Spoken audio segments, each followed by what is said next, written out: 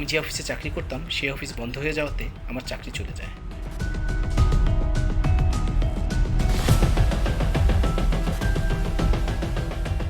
অনেক লোন হয়ে যাওয়াতে পালিয়ে থাকতে হতো।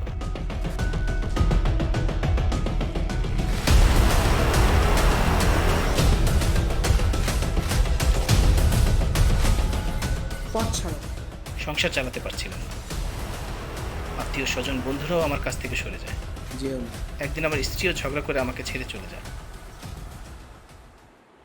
প্রচণ্ড হতাশায় পড়ি।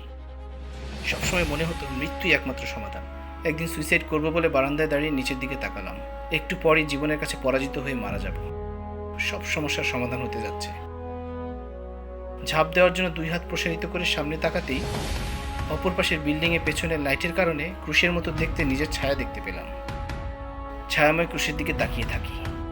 বারবার কিতাব নিয়ে দীর্ঘ রিসার্চের কথা মনে পড়তে থাকে।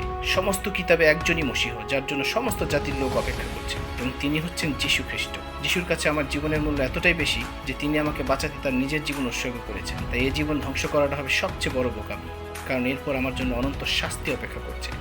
আমি দু চোখ বন্ধ করে দিয়ে সেদিন মসীহকে বিশ্বাস করলাম। মসীহই একমাত্র সমাধান।